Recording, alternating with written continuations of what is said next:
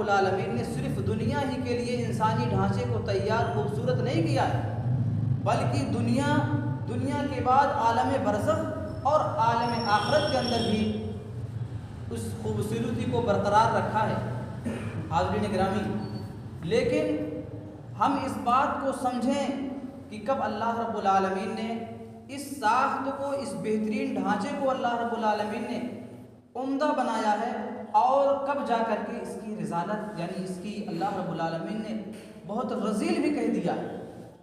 اگر اس ڈھانچے کو برقرار رکھنا ہے دنیا کے بعد عالم برزخ اور عالم برزخ کے بعد عالم آخرت میں، تو ہمیں کیا کرنا ہوگا؟ قرآن مقدس کے اندر سورہ 3 ہی کے اندر آگے فرمایا، لقد خلقنا الانسان فی احسن تقویم۔ اس کے بعد والی آیت، لقد خلقنا الانسان فی احسن تقویم ثم رددناه